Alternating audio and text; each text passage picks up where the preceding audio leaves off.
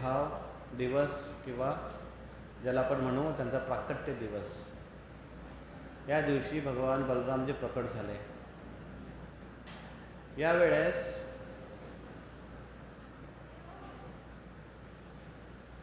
भगवान कृष्ण आता प्रकट होणार आहेत आणि प्रकट होण्यापूर्वी प्रथम बलरामजी येतात. बलरामजी हे आदि गुरु तत्व यांचं प्रतिनिधित्व करतात आणि भगवान कृष्ण यांची सेवा व्यवस्थित होते की नाही हे चेक करण्याचं कार्य असतं गुरूंचं, आणि भक्तांना भगवंतांच्या सेवेमध्ये लावणं हे कार्य असतं गुरूंचं. त्यासाठी गुरु अगोदर येतात व्यवस्था बघण्यासाठी आणि मग भगवंतांना आणतात. आणि भगवान प्रकट होण्याच्या पूर्वी बलरामजी प्रकट झाले देवकीच्या गर्भामध्ये. देवकीचे 6 पुत्र यांचा वध झाला,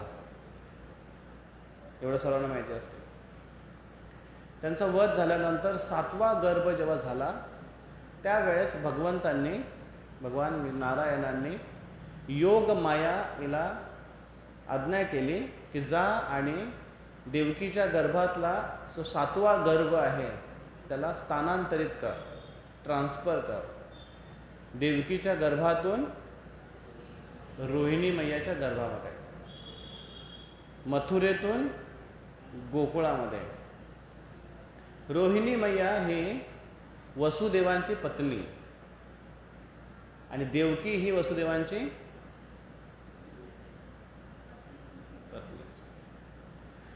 पण वसुदेव यांना कारावास झाल्यामुळे त्यांच्या बाकी पत्न्या देवकी आणि वसुदेव यांना दोघांना कारावास झाल्यामुळे बाकीच्या त्यांच्या ज्या पत्न्या होत्या त्यांना काही त्रास देऊ नये म्हणून त्यांना दुसऱ्या ठिकाणी स्थानांतरित केले.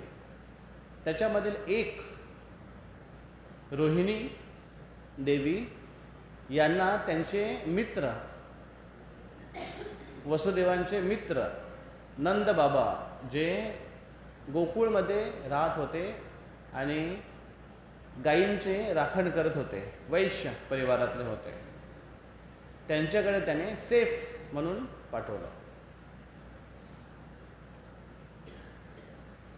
जेव्हा रोहिणी माई गोकुळमध्ये होती, जेव्हा त्यांना पाठवण्यात आलं तेव्हा रोहिणी मैया यशोदा माईची एक मैत्रीण म्हणून तिथे राहत होते आणि नंदबाबा त्यांची काळजी घेत होते.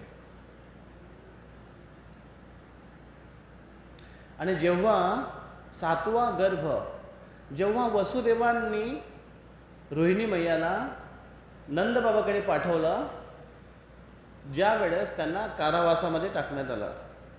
कारागृहामध्ये टाकल्यानंतर त्यांना 6 मुलं झाली आणि 6 मुलांना मारलं गेलं. कमीत कमी 6 वर्ष तरी झाले असतील जेलमध्ये.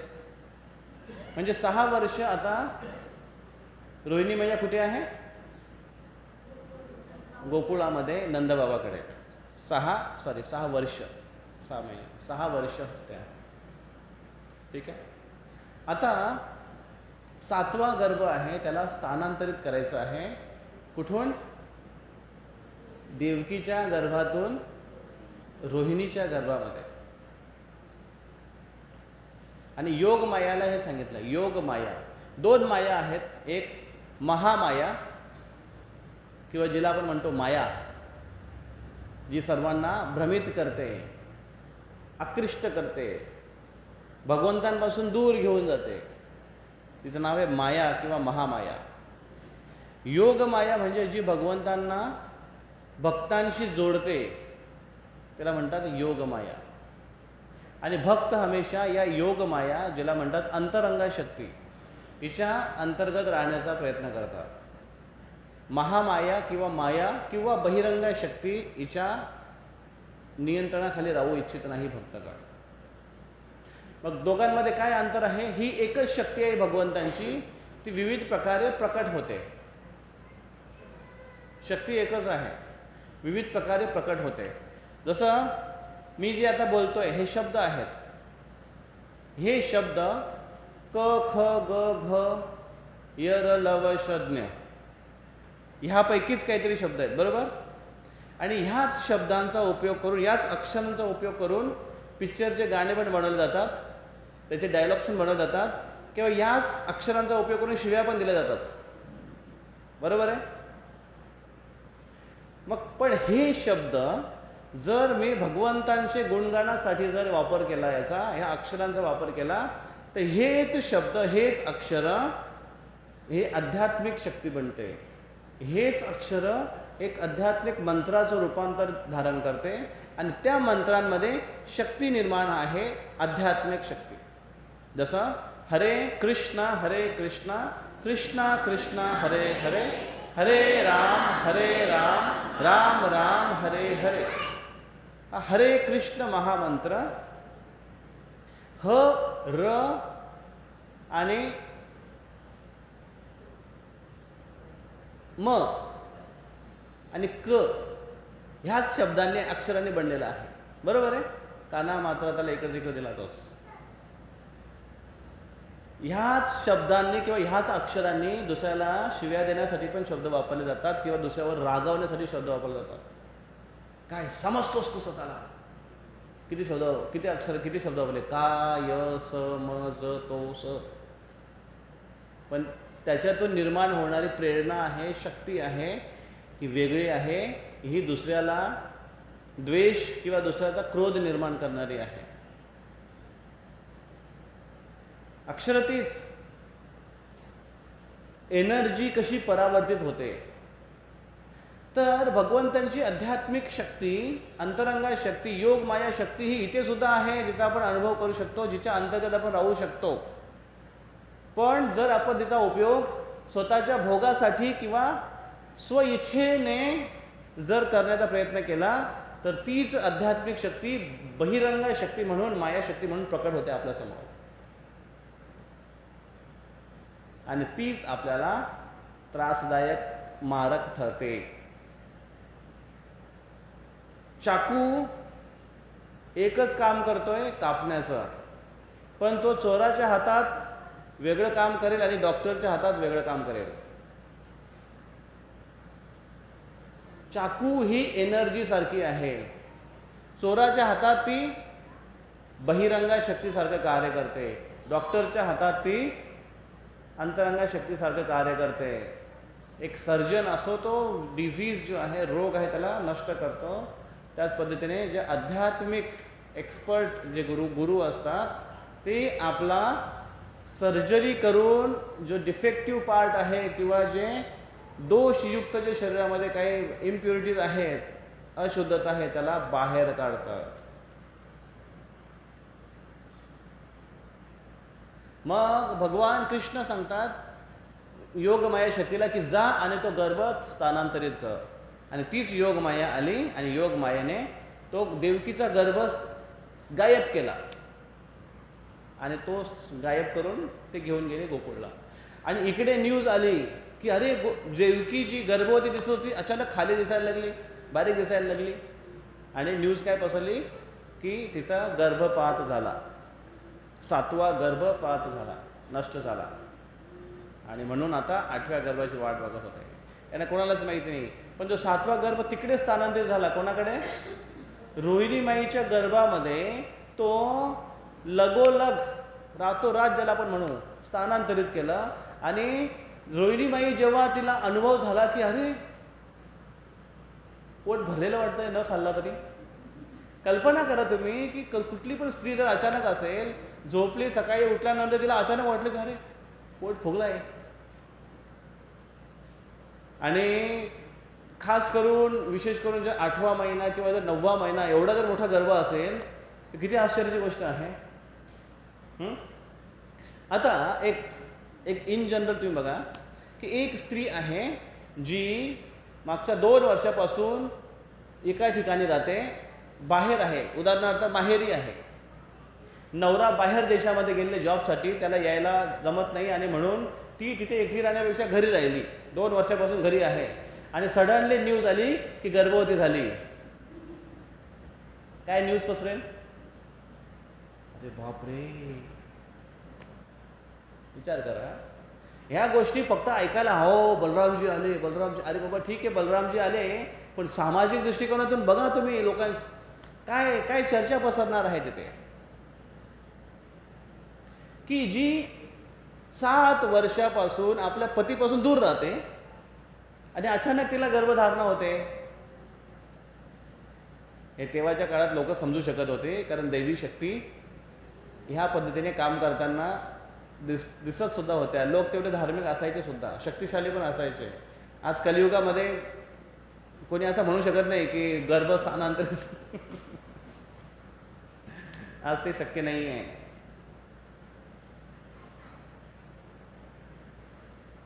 आणि अशा पद्धतीने मग तो 7वा गर्भ म्हणजेच बलरामजी होते.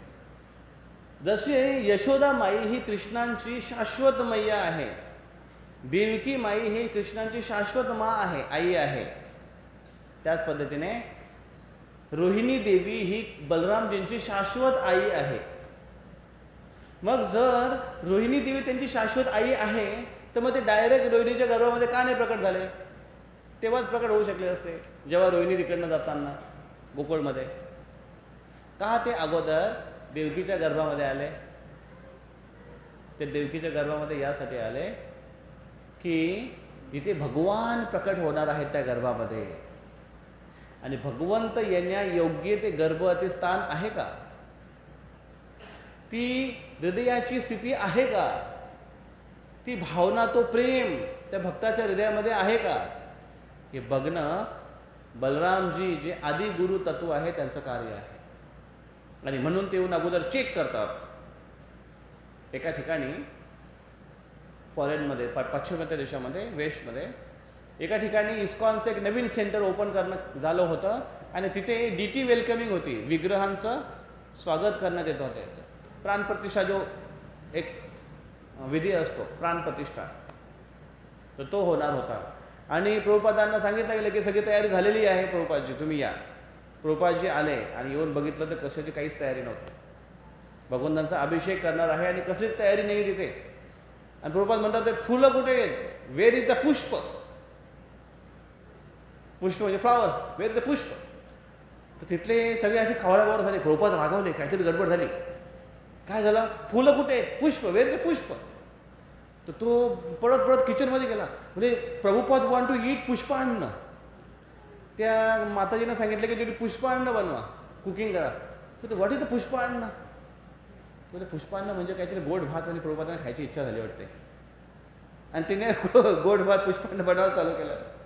प्रभुपाद म्हणतात व्हेर इज द फ्रुट्स, फुलं कुठं, फळ कुठे आहे?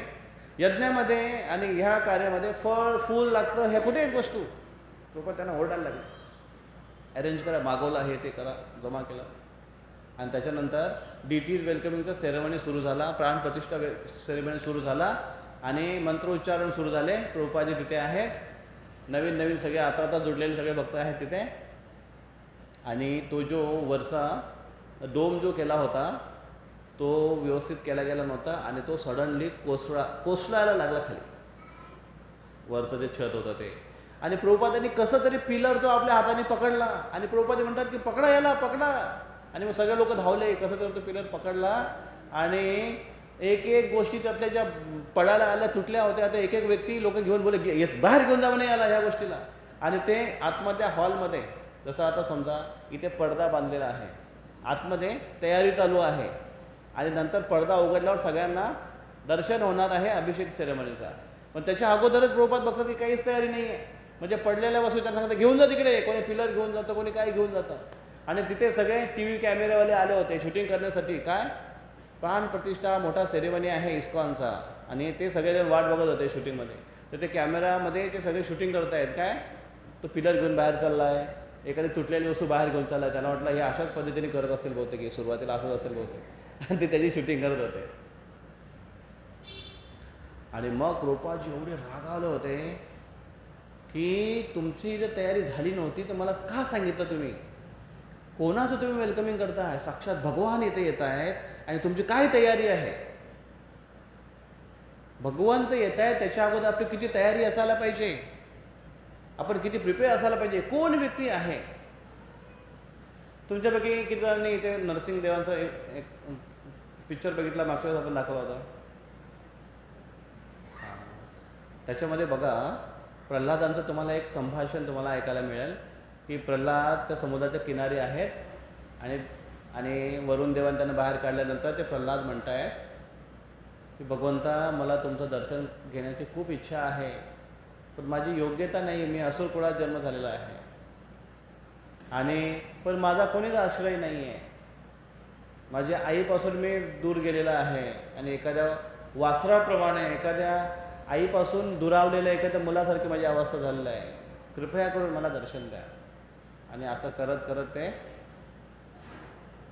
झोपतात तिथे. ती जी उत्कंठा आहे भगवंत येण्याच्या अगोदर आणि भगवंत आणि ते काय म्हणतायत की भगवंत माझी योग्यता नाही की मी तुम्हाला इथे बोलवेन की तुम्ही इथे या माझ्यासाठी तुम्ही इथे यावं, अशी मला अशी माझी योग्यताच नाही की तुम्ही माझ्यासाठी इथे यावं, पण तरी पण माझी इच्छा आहे. तर भगवंत साक्षात येत आहे तर भक्त किती प्रिपेअर असतो, स्वतः किती काटेकोरपणे तयारी करतोय. तो जेवढा सतर्क आहे, तो जेवढा तयार आहे, अलर्ट आहे, याच्यावरून त्याची भक्तीची प्रगती प्रदर्शित होते. जो व्यक्ती जेवढा जास्त अलर्ट, दक्ष भगवंतांच्या सेवेमध्ये आणि सिरियस, तेवढी त्याची भक्तीतली प्रगती जास्त आहे असं आपल्याला दिसतं. कोणी पण एखादा व्यक्ती रिलेशनशिपमध्ये जेवढा सिरियस असेल, गंभीर असेल, तेवढं त्याचं रिलेशन चांगलं होतं. तसंच भगवंतांबद्दल सुद्धा, भगवंतांसोबत सुद्धा जे रिलेशन आहे ते रिलेशन पण असं दृढ असणं, दक्षतेने असणं आवश्यक आहे. आणि म्हणून बलरामजी येऊन ते चेक करतात. आणि म्हणून पूर्वी बलराम येण्याच्या अगोदर जे 6 गर्भ मारले गेले ते आचार्यांच्या टिप्पणीनुसार ते 6 गर्भ म्हणजे 6 अनर्थ आहेत. 6 अनर्थ, काम, क्रोध, लोभ, मद, मोह आणि मत्सर, हे 6 अनर्थ आहेत. ज्याला म्हणतात षड रिपू. रिपू म्हणजे शत्रू, षड म्हणजे 6. हे 6 मुख्य शत्रू आहेत. आणि हे 6 शत्रू अनर्थ जोपर्यंत मारले जात नाहीत हृदयातून आणि ती जागा व्यवस्थित योग्य आहे की नाही हे बघण्यासाठी जोपर्यंत गुरु येऊन चेक करत नाही, तोपर्यंत भगवान हृदयामध्ये प्रकट होणं शक्य नाही. भगवान हृदयामध्ये प्रकट होण्यासाठी फार शुद्धतेची आणि दक्षतेची आवश्यकता आहे. आणि लोलुपता, लवल्यम, डिझायर ही पाहिजे. आणि मग बलरामजी स्थानांतरित झाले तिकडे.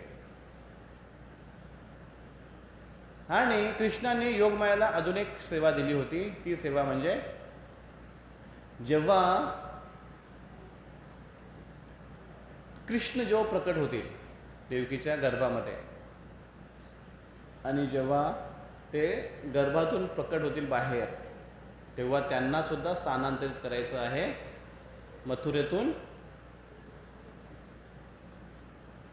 गोकुळ, आणि गोकुळतून तिथे एक जन्मलेली एक कन्या आहे, तिला मथुरेमध्ये. तर ती जी जन्मलेली जी कन्या आहे, कृष्णाने म्हटलं, भगवान विष्णूने म्हटलं की तू योगमाया, तू तिथे यशोदाची पुत्री म्हणून जन्माला ये. आणि ती यशोदाची पुत्री म्हणून जन्माला आले तिथे.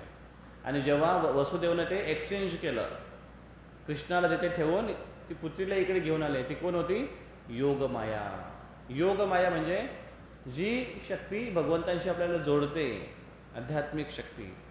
पण तिला जेव्हा घेऊन कंसाकडे आले आणि कंसाने जेव्हा तिला मारण्याचा प्रयत्न केला, तेव्हा तीच योगमाया त्याच्या हातातून सटकून जेव्हा आकाशामध्ये तिने आपले रूप प्रकट केले, तेव्हा तीच योगमाया महामायेचं रूप धारण केलं तिने. आणि ती भयंकर शस्त्र अस्त्र धारण करून, एकदम रागावलेली जीभ बाहेर करून, ती दुर्गेचं रूप तिने धारण केलं. आणि तिने कंसाला जोराने खडसावलं, मूर्ख कंस, तुला मारणारा केव्हाच प्रकट झालाय तिकडे. आणि अशा पद्धतीने त्याची भर्त्सना केली. तर ती जी शक्ती आहे, ती शक्ती आध्यात्मिक शक्ती आणि भौतिक शक्ती. तर आपण जेव्हा आपल्या चेतनेला आध्यात्मिक करण्याचा प्रयत्न करतो, आध्यात्मिक वातावरणात ठेवण्याचा प्रयत्न करतो, रजो आणि तमो गुणापासून दूर आणून सत्व गुणामध्ये स्वतःला ठेवण्याचा प्रयत्न करतो, तेव्हा आपण योग मायाचे संबंधात किंवा तिच्या संपर्कामध्ये असतो. आणि योग मायेच्या संपर्कात राहणं हे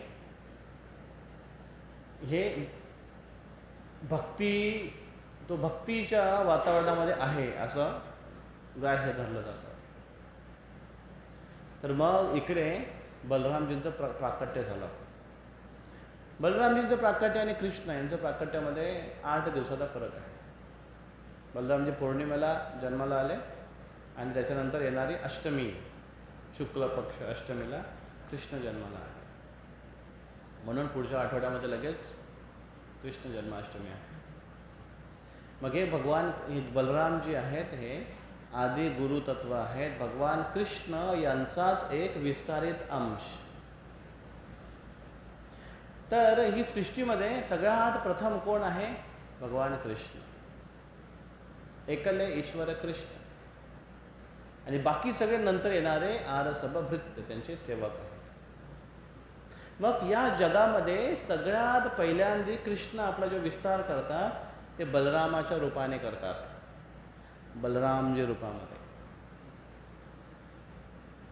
आणि मग बलरामजी आपला विस्तार करतात बाकीच्या अन्य रूपांमध्ये. त्याला म्हणतात प्रकाश, प्राभव प्रकाश, वैभव प्रकाश.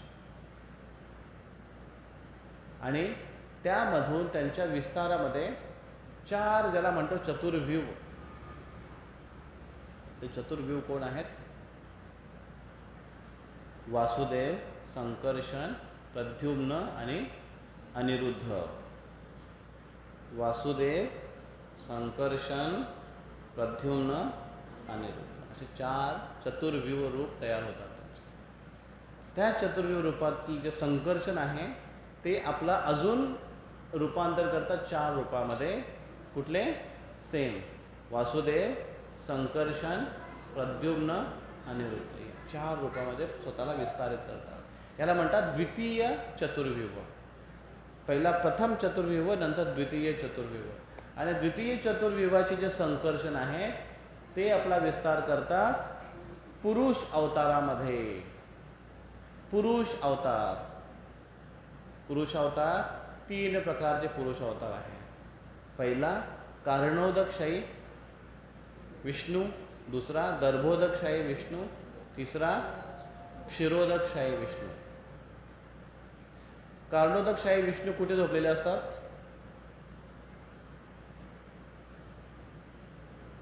वरांड्यामध्ये, नाही बेडरूममध्ये.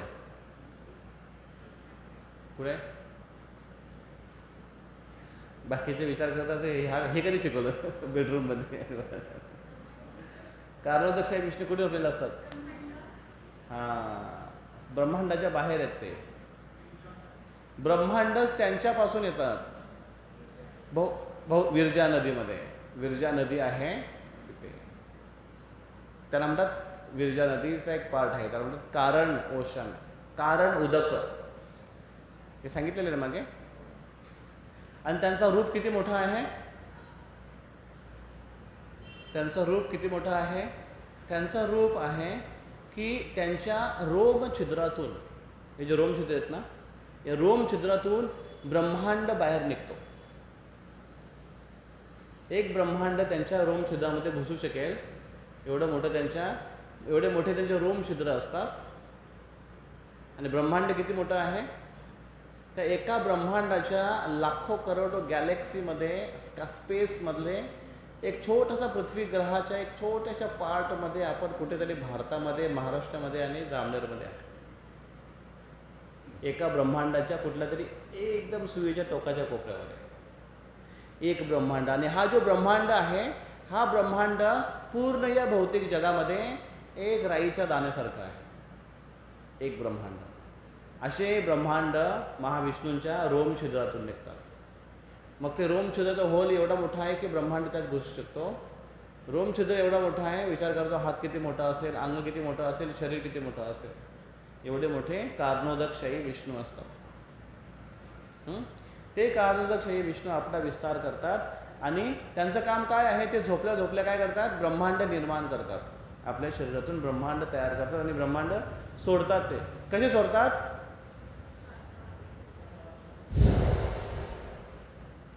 श्वासोच्छ्वास सोडतात तेव्हा, जे श्वासोच्छ्वास सोडतात तेव्हा सगळे बाहेर निघतात आणि ब्रह्मांड आपापलं कार्य करतात. कितपर्यंत ब्रह्मांड कार्य करतात, जोपर्यंत श्वास चालू आहे. आणि सारे ब्रह्मांड आतमध्ये केव्हा जातात, जेव्हा ते श्वास परत आतमध्ये घेतात तेव्हा सारे ब्रह्मांड आतमध्ये जातात. मग हे श्वास सोडण्याचा जो कार्यकाळ आहे तो किती आहे, तो एक ब्रह्माजीचा लाईफ टाईम आहे. ब्रह्माजीचा 100 वर्ष एवढा तो कार्यकाळ आहे. ब्रह्माजींचे 100 वर्ष, ब्रह्माजीचा एक दिवस किती आहे ते कॅल्क्युलेशन केलं तुम्ही, खूप वेळा याच्यावर चर्चा केली आपण. तर मग ते कारणोदकशाही विष्णू आपला विस्तार करतात. प्रत्येक ब्रह्मांडामध्ये एक विष्णू, गर्भोदकशाही विष्णू म्हणजे गर्भ उदकमध्ये झोपलेला असतात. ब्रह्मांड निर्माण केल्यानंतर प्रत्येक ब्रह्मांडाचा अर्ध भाग पाण्याने भरलेला आहे. कुठला पाणी येते, गर्भ उदक, उदक म्हणजे पाणी, गर्भ उदक त्याला म्हणतात. त्या पाण्यामध्ये आणि त्याच्यामध्ये गर्भोदकशाही म्हणजे शाही म्हणजे झोपणे, झोपलेले असतात ते विष्णू. आणि त्यांच्या नाभीतून कमलनाळ बाहेर निघतो, ज्याच्या वरच्या फुलावर कोण असतात, ब्रह्माजी. आणि जे कमलनाळ वर जातं आणि वरपर्यंत सगळ्यात टॉप जे प्लॅनेट आहे त्याला म्हणतात सत्यलोक, ब्रह्मलोक. मग ते गर्भोदकशाही विष्णू आणि ते गर्भोदकशाही विष्णू आपला विस्तार करतात. ते क्षीरोदकशाही विष्णूमध्ये, जे क्षीरसागर एका ब्रह्मांडामध्ये आहे, जिथे प्रार्थना करण्यासाठी ब्रह्माजी आणि सगळे देवता जातात जर काही संकट आलं तर.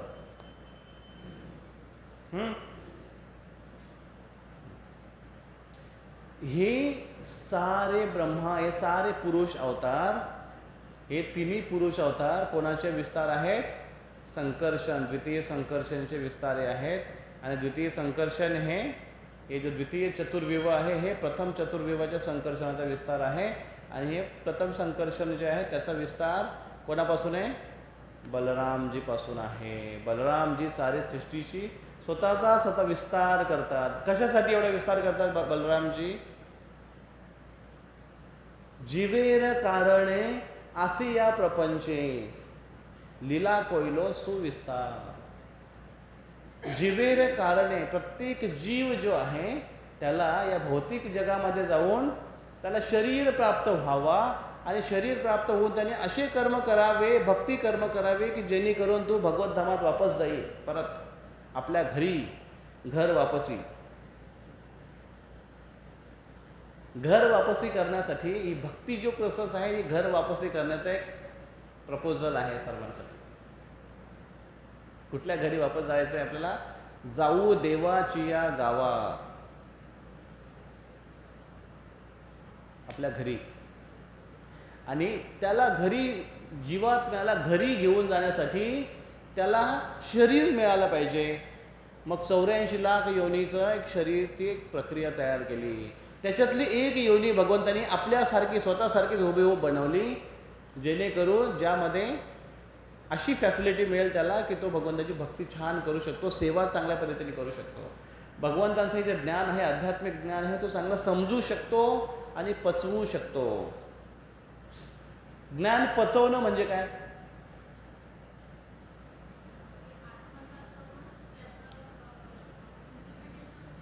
व्यवहारामध्ये आणणं. ज्ञान पचवणं म्हणजे ज्ञान घेतल्यानंतर ते व्यवहारात आणणं आणि व्यवहारात आणताना नम्रता ठेवणं. नाहीतर खूप ज्ञानी पंडित आहेत, पण ते पंडित असे पण आहेत की भयंकर राग येतो त्यांना, असे पण काही. आणि काही त्यांना ज्ञानाचा अहंकार पण येतो, म्हणजे त्यांना ज्ञान पचलेलं नाही, त्यांना डिसेंट्री लागलेली आहे, त्याच्यामुळे अहंकारी बनले. मग ही सगळी व्यवस्था बलरामजी करतात. आणि तेच बलरामजी प्रत्यक्ष कृष्णांच्या सोबत लीला बनवून प्रकट पण होतात. कृष्णांसोबत लीला करण्यासाठी. मग हे बलरामजी आदि गुरु, सगळ्या गुरूंचे आदि गुरु आहेत, गुरुतत्व आहेत, जे आपल्या परंपरेने गुरुतत्व या पृथ्वी तलावर पाठवतात. जे गुरु साधारण जनसामान्य आहेत त्यांचा उद्धार करण्यासाठी तत्पर असतात. मग हे सगळे गुरु जे आहेत, गुरुतत्व आहेत, हे सगळे गुरुतत्व बलरामजीचे शक्ती संपन्न असतात, प्रतिनिधी असतात बलरामजींचे. मग कुठले कुठले गुरु बलरामजीचे प्रतिनिधी आहेत? आज तर गुरु खूप जणांना लोक गुरु म्हणतात. टीचर्स पण वेगळ्या वेगळ्या प्रकारचे असतात, आहे की नाही? फिजिक्सचे टीचर, मॅथमॅटिक्सचे टीचर, इंग्लिशचे टीचर, लँग्वेजचे टीचर. मग ते पण गुरु आहेत का?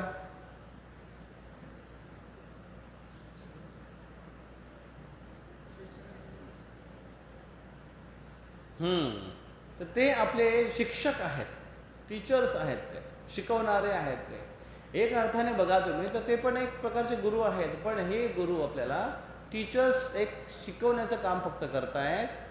त्यांचा शिक्षण घेतल्यानंतर आपल्या जीवनाशी फारसा संबंध राहत नाही. पण खरे जे गुरु असतात ते आपल्याला भगवंतांशी जोडण्याचं कार्य करतात, आपलं शाश्वत भलं करतायत. ते आध्यात्मिक गुरु हे खरे गुरु आणि हे खरे बलरामजींचे गुरुतत्व आणि प्रतिनिधी आहेत, की ते त्यांना परिपूर्ण ज्ञान प्रदान करतात. मग हे गुरुतत्व बलरामजीचं आहे. मग बलरामजी हे व्यक्ती पण आहेत आणि गुरुतत्व रूपामध्ये गुरु शिष्य परंपरेमध्ये पण ते प्रकट होतात. त्यांचा वाढदिवस आहे. बलरामजींचा वाढदिवस साजरी करणं म्हणजेच गुरुतत्वाविषयी मनामध्ये खूप जास्त आदर निर्माण करणं. जर खूप जास्त आपण आदर निर्माण जर केलं तर आपण खऱ्या अर्थाने बलराम जयंती साजरी केली असायचा अर्थ होतो. कारण ते बलरामजींचेच प्रतिनिधित्व आहे. आणि तरीसुद्धा बलरामजींची आराधना करणं हे पण तेवढंच महत्त्वाचं आहे.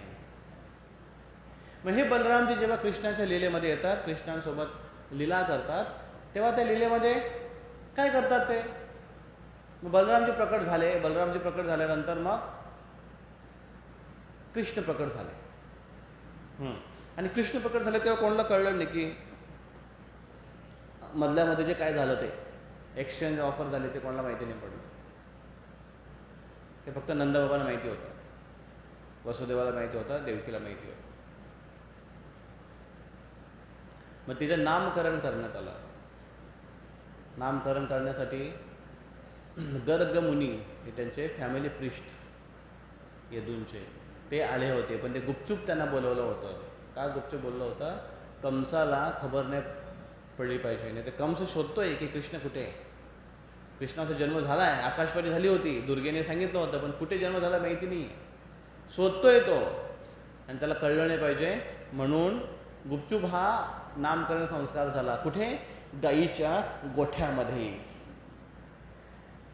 पण तो गोठा छोटा नव्हता म्हणून त्याला म्हणतात गोशाळा.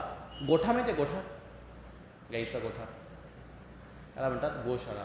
गोशाळेमध्ये झाला, छोट्याशा स्वरूपामध्ये करण्यात आलं. आणि गर्ग मुनीने असं उघडपणे सांगितलं नाही, त्याने पण सिम्बॉलिक सांगितलं की अरे हे तुमचे जे 2 बाळ आहेत, मुलं आहेत, हे खूप भाग्यशाली आहेत, दिव्य आहेत. यांची कुंडली साक्षात विष्णूंची मॅच होते. हे नाही म्हटलं की साक्षात विष्णूच आहेत, त्यांच्याशी मॅच होते. आणि हे जे मुलं आहेत हे प्रत्येक युगामध्ये येत असतात, त्यांना त्रियुगी म्हणतात. आणि हे सत्ययुगामध्ये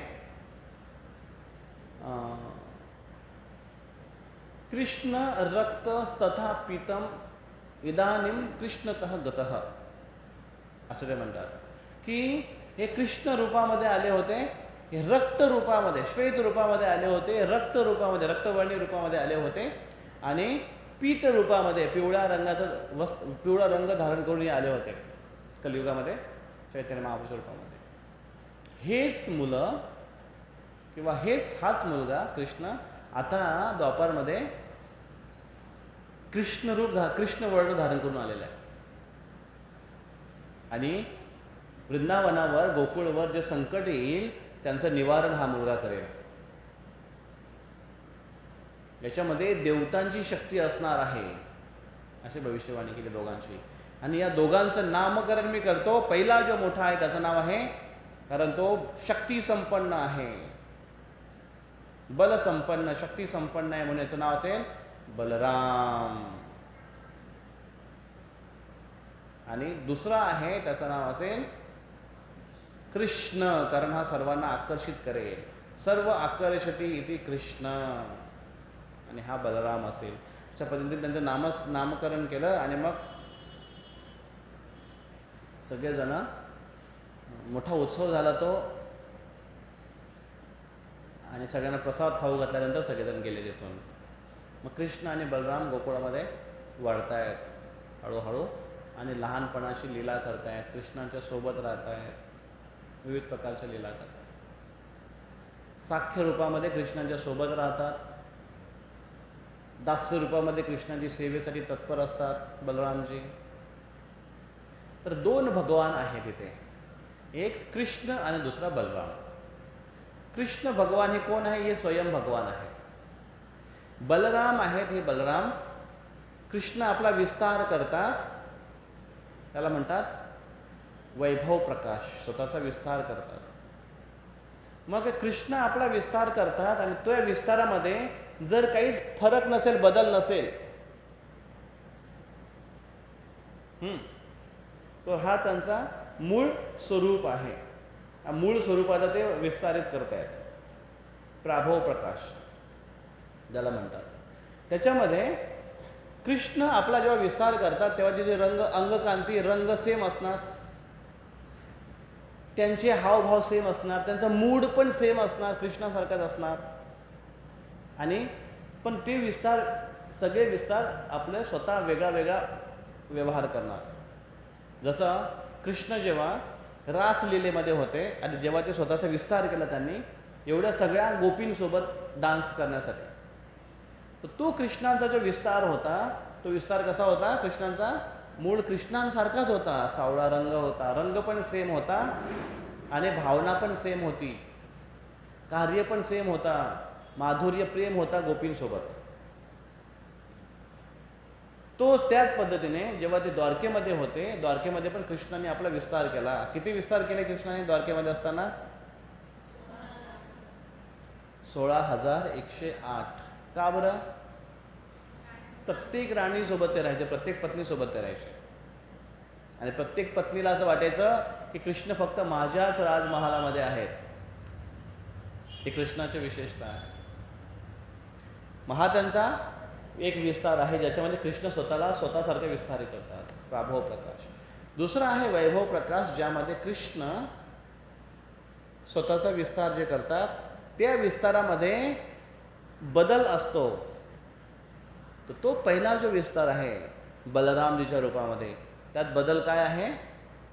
रंगामध्ये बदल आहे. कृष्ण कसे आहेत? सावळे. आणि बलराम कसे आहेत? श्वेत रंगाचे आहेत, सफेद आहेत बलरामजी, व्हाईट आहे बलरामजी. आणि बलरामजींची मग कृष्णाचा मूड काय आहे? Krishna is a enjoyer. हे पुरुष आहेत, आदी पुरुष आहेत, भोक्ता आहेत. कृष्ण गीतेमध्ये म्हणतात तुम्ही भोक्ता आहे अहम.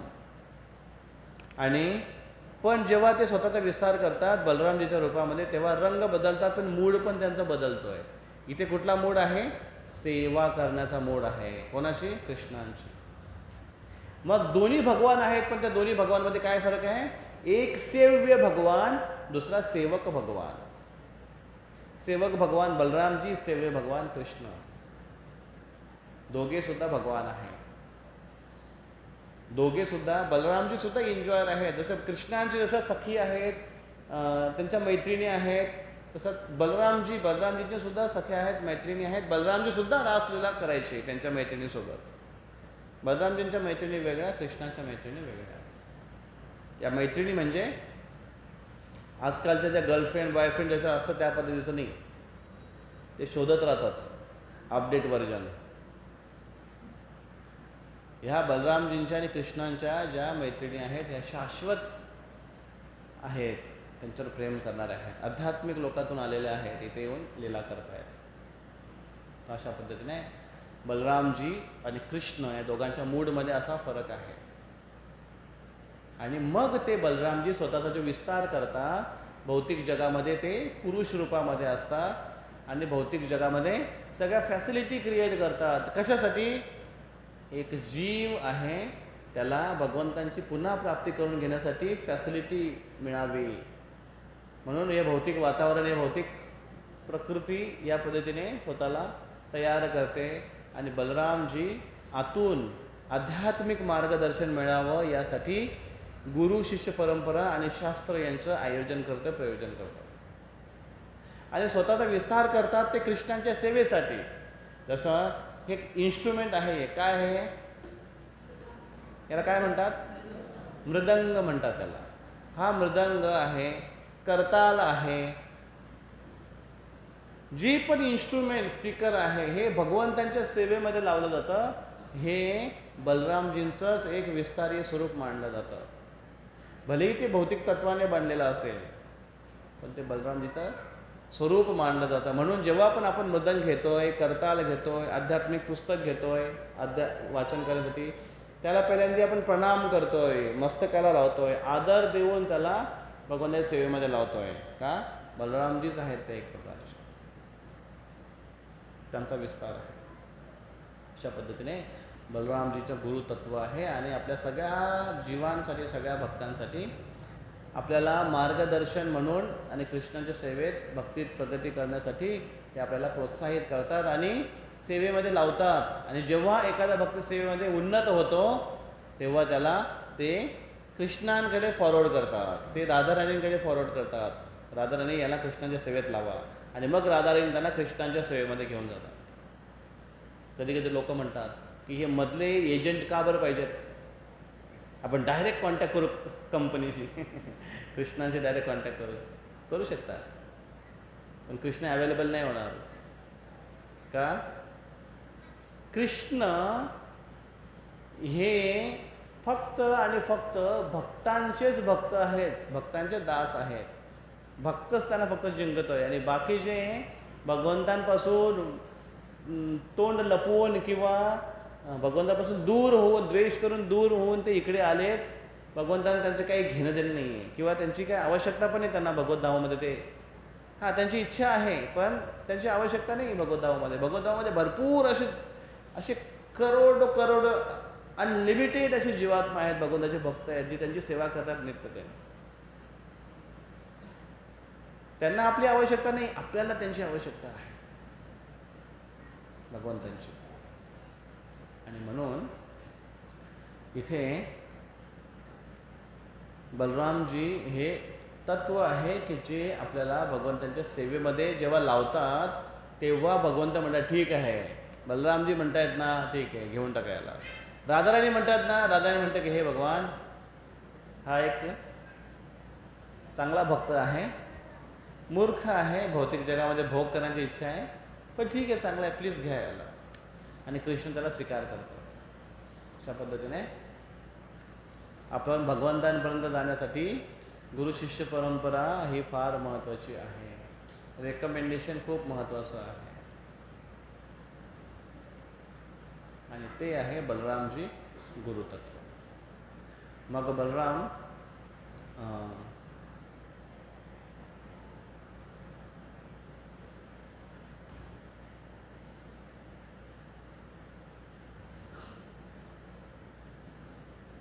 एक लीला सांगू आपण, नंतर आपण स्टॉप करू. की एकदा वनामध्ये असताना सगळे मुलं सगळे खेळत असताना मुलांना खूप सुगंध आला. कसला? तिकडे ताड फळ आहेत. ताड एक वृक्ष आहे, ताड, त्याला ताड म्हणतात, ताड वृक्ष, ताडफळ. असे मोठे मोठे ताडफळ असतात असे मोठे. आणि पिकल्यानंतर असे पिवळे, वर काळं असतं आणि आतमध्ये पिवळं एकदम होतं ते. आणि पिकल्यानंतर नरम होतं ते आणि असा सुगंध येतो त्याला दूरपर्यंत.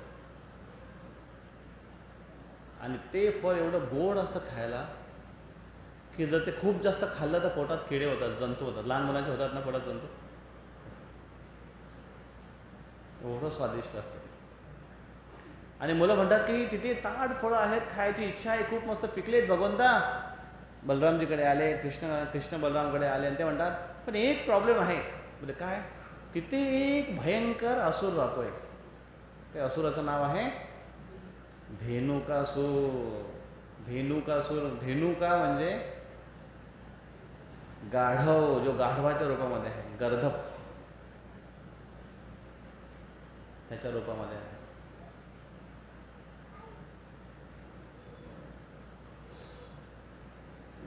एकदा एका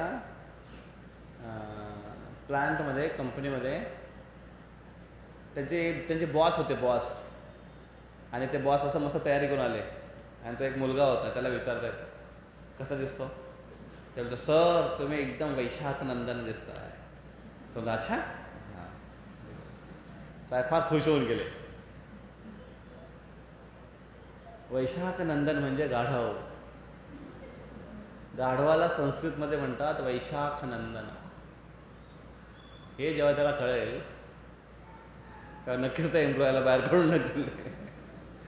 तसा हा गाढव वैशाख नंदन असुर होता, जो गाढवाच्या रूपामध्ये होता.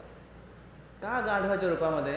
हे जे असुर असतात ना, ज्यांची प्रवृत्ती अशा असतात ना, त्यांचा रूप पण तुम्हाला असं दिसेल, उटपटांगत असेल, केस झिपऱ्या इकडे तिकडे वाढवतील, अशा काहीतरी, अशा डोक्यावर अशा काहीतरी कोंबड्यासारखं असं काहीतरी केस कापतील. त्याच्यानंतर काही नाकामध्ये कानामध्ये असे कुठे कुठे बाल्या किंवा इथे असे जिथे पण मांस दिसते तिथे असं टोचून त्याला असे बाले तयार तसा घालतील. बघितलं का तुम्ही आजकाल? कुठे पण बाले घालतात लोक आजकाल. इकडे जे टॅटो कुठे कुठे काय काय करत राहतील. टॅटो म्हणजे काय? गोंदन, गोंदन गोंदवत राहतील, कुठेही काही गोंदवत राहतील. हे यांना जास्त आवडतं आणि त्यांना नाव पण असे ठेवायला जास्त आवडतात. किल्विश ऐकलं असेल ना? किल्विश. किल्विश, किल्विश हा शब्द संस्कृत शब्द आहे. किल्विश, किल्विषम भगवद्गीते म्हणजे शब्द आहे. कृष्ण म्हणतात किल्विश म्हणजे, किल्विश म्हणजे काय? हे अनर्थ आहेत, पाप आहेत. किल्बिषा पाप याचा अर्थ आहे. तर त्यांना असे नावं ठेवायला जास्त आवडतं, म्हणून त्यांना असं रूप पण घ्यायला आवडतं. गाढव, तो गाढवाच्या रूपामध्ये होता. त्याला ॲक्च्युली शाप मिळाला होता त्या गाढवाला. तो अगोदर एक सहशिखा नावाचा एक परवीर मोठा पराक्रमी व्यक्ती होता आणि तो बली महाराज यांचा पुत्र होता, सहशिका म्हणून. आणि अतिशय असुर कुळातला आहे. आणि बली महाराज हे प्रल्हाद महाराज यांच्या वंशामध्ये येणारे आहेत. बली महाराज आणि त्यांच्या वंशामध्ये येणारे हे सहशिका अतिशय शक्तिशाली. आणि अशा अनेक गर्लफ्रेंड्सला घेऊन गेला गंधमादन पर्वतावर फिरायला, वेकेशन. आणि फिरायला गेल्यानंतर पर्वतावर जाऊन मस्त हिरवळी आणि सगळं झरे आणि झरणं बघून एकदम कामातूर झाला तो. आणि मोठ्या मोठ्याने गाणे गायला लागले सगळे, आणि ते आणि त्याच्यासोबत एवढ्या स्त्रिया, आणि हे सगळं तिथे गोंधळ करायला लागले. आणि तिथे एक ऋषी तपस्या करत बसले होते. त्याने बघितलं की ही शांत जागा आहे, तपस्येची जागा आहे, इथे येऊन तुम्हाला असे उद्योग करायचे आहेत आणि करताय तर करताय, गुपचूप करा, इकडे येऊन आम्हाला साधूंना परेशान करताय. आणि म्हणून त्याने त्याला शाप दिला की तू गाढव होशील, तुझं गाढवासारखं वातावरण आहे, ढ्याचू ढ्याचू ढ्याचू ढ्याचू करतो मग तो जोरात जोरात, जा आता गाढवाच्या जन्मामध्ये. आणि त्याला शाप दिला, तो गाढव झाला. आणि मग तो माफी मागायला लागला की प्लीज मला माफ करा, माझ्याकडून चूक झाली. आणि म्हणून त्यांना आशीर्वाद दिला की ठीक आहे, शाप तर लागेलच, पण मी तुला आशीर्वाद देतो की तुझा उद्धार बलरामजी करतील. आणि तेव्हापासून हा गाढव रूपामध्ये, याची प्रवृत्ती अशी गाढवासारखी होती. आणि म्हणून तो कंसाचा दास बनला होता. असुर होता तो, ज्या असुराला कंसाने परास्त केला आणि आपला सेवक बनवला. आणि म्हणून तो आतापर्यंत कंसाची सेवा करत होता. काय कंसाची सेवा करत होता? ती जी बगीचा होती, तालवन, त्याची निघणारी जी ताडी आहे, ताडी म्हणजे ताडी, ताड या झाडापासून एक पांढऱ्या रंगाचा एक रस काढला जातो, मटका लावला जातो, रस काढला, माहिती आहे सगळ्यांना? तो असा आंबट होतो, त्याच्यात ती एक नशा म्हणून वापरली जाते ती ताडी. आणि नशा करण्यासाठी ती जी मिळालेली ताडी आहे, तो रस आहे, तो रस एक्सपोर्ट केला जायचा मथुरेला कंसासाठी. आणि म्हणून कंसाने सांगितलं होतं की ही यातली एक पण थेंब कोणाला मिळता कामा नये, या बगीच्यामध्ये कोणी येता कामा नये. आणि त्या बगीच्याच्या वरून पक्षी जरी जात असेल त्याला पण मारून खाली पाडायचा तो धेनुकासूर. आजूबाजूला कोणाची यायची हिंमत नव्हती. मग कृष्ण बलराम म्हटले चला जाऊया. मग कृष्ण बलराम आले. गेटमधून जेव्हा एंट्री मारली, बंद होता, खोललं, आतमध्ये आले. आतमध्ये आल्यानंतर बलरामजीने बघितला कोणीच नाही आणि वर मस्त फळं पिकलेली आहेत. बलरामजी गेले पुढे आणि त्याने एक मोठं झाड पकडलं, खाली त्याचा खोड आणि जोराने हलवायला लागले. बलरामजी शक्ती संपन्न आहेत. बलरामजी जोरात जेव्हा हलवायला सुरू केला तेव्हा तसं धाप धाप धाप धाप धाप धाप वरून असे मोठे मोठे फळं खाली पडायला लागले. त्याचा आवाज व्हायला लागला आणि सगळे म्हणायला लागले अरे वा, हरी बोल हरी बोल. सगळे फळं मिळाले मस्तपैकी. आणि ते फळं फुटल्यावर अजून सुगंध यायला लागला. आणि हे ऐकून तिकडनं जो गर्दभ असुर आहे, धेनुकासूर आहे, तो एकदम रागाने बाहेर आला. कोण आहे, किसकी हिम्मत. आणि बाहेर आल्याबरोबर तो म्हणतो की कोण पोरं आहे ते, मेरे आंगणे में, हां तुम्हाला क्या काम है. आणि मुलं बोलले हे पोरं पोरं कुठे आले इकडे माझ्या, एवढी हिंमत तुमची मुलांची. आणि जोराने पळत पळत पळत पळत आला गाढव. पण गाढव पळत पळत येऊन काय करायला, काय नाही करू शकत तो. मग उलटा झाला, रिव्हर्स गिअर मारला त्याने आणि मागून लात मारली. गाढव आहे ना. आणि जशी त्यांनी लात मारली, बलरामजीने त्याचे पाय पकडले.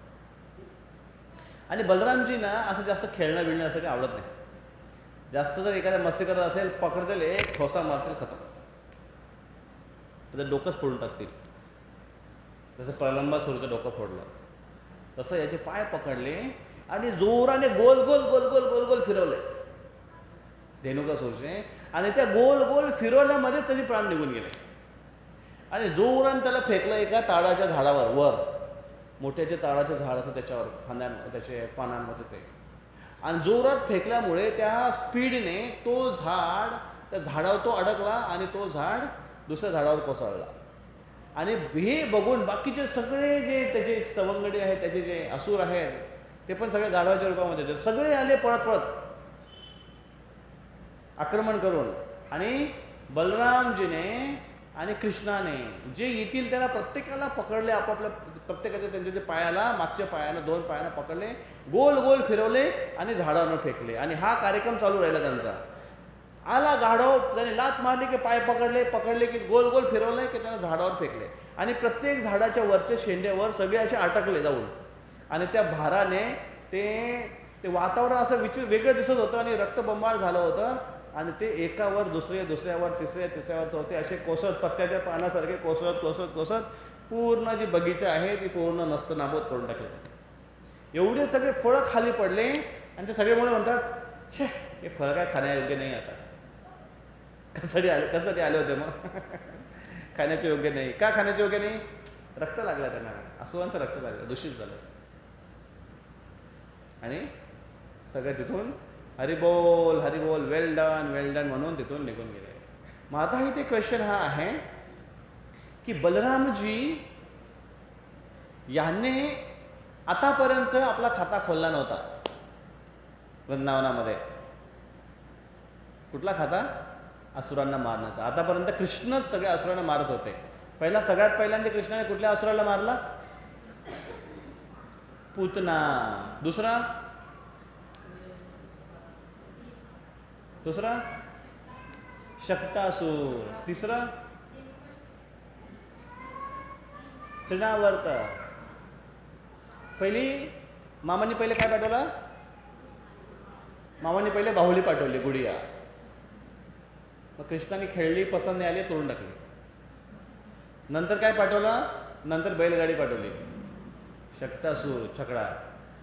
मग ती बैलगाडी पण काय चालत नाही, मग ती मारून फेकून दिली.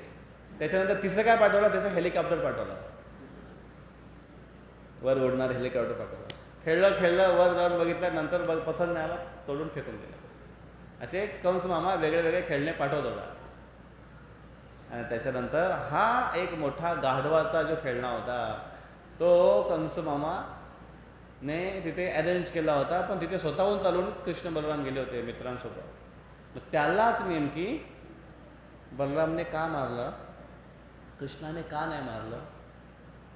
कारण तो मागच्या जन्मातला तो गाढव धेनुकासूर मागच्या जन्मातला सहसिका होता. आपण जी स्टोरी वर्णन केली, सहसिका हा बली महाराजांच्या वंशातला, बली महाराज हे प्रल्हाद महाराजांच्या वंशातले, आणि प्रल्हाद महाराजांना नरसिंहदेवाने वरदान दिलंय की प्रल्हाद तू तुझ्या वडिलांची चिंता करतो हिरण्यकशिपूची, माझ्या स्पर्शाने तो शुद्ध झालेला आहे.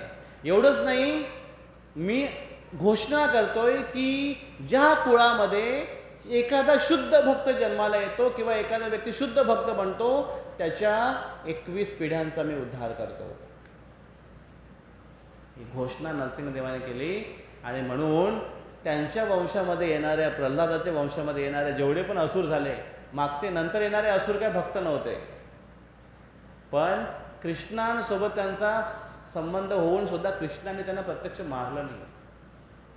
प्रल्हादाला वरदान दिलंय की त्यांना मारणार नाही पण उद्धार करेन.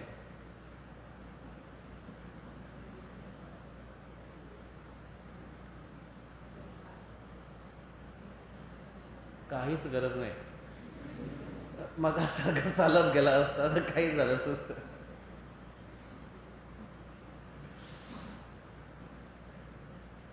तर मग अशा पद्धतीने कृष्ण भगवंत आपला शब्द राखतात.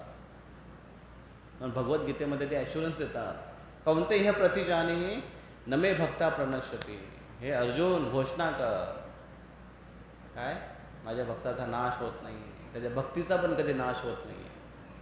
आणि म्हणून भगवंतांकडे, कृष्णांकडे जी आपण पॉलिसी काढतोय, इन्शुरन्स पॉलिसी, ही जीवन के साथ भी जीवन के बाद भी, ह्या जन्मामध्ये पण उपयोगी आहे आणि मृत्यूनंतर ही भक्ती नष्ट होत नाही, पुढच्या जन्मात आपल्याला घेऊन जाते, किंवा ह्या जन्मात जर भक्ती संपन्न झाली तर भगवद्धामात डायरेक्ट घेऊन जाते. मग पुढचा जन्म जर घ्यायचा असेल तर थोडी निवांत भक्ती करायला हरकत नाही. कशी निवांत भक्ती म्हणजे कशी? हावले डवले,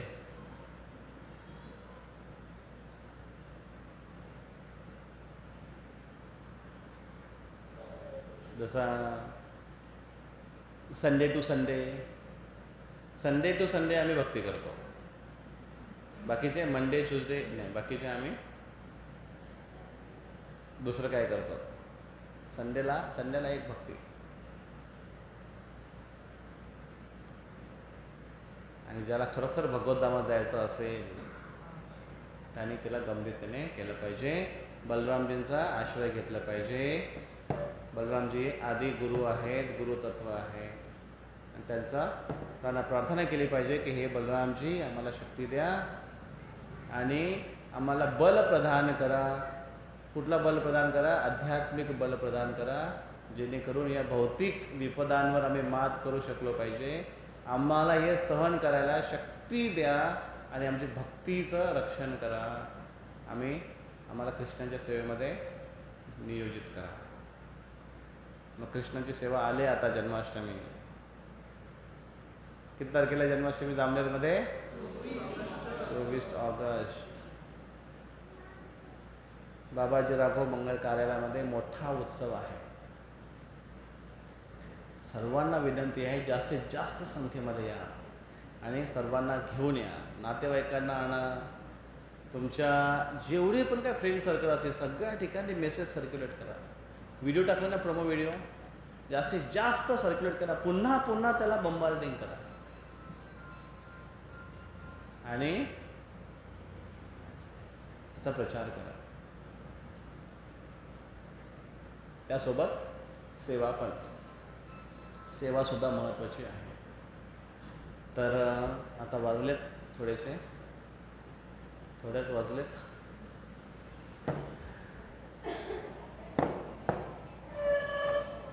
इथे माझ्याकडे काही एक सेवेची लिस्ट आहे आणि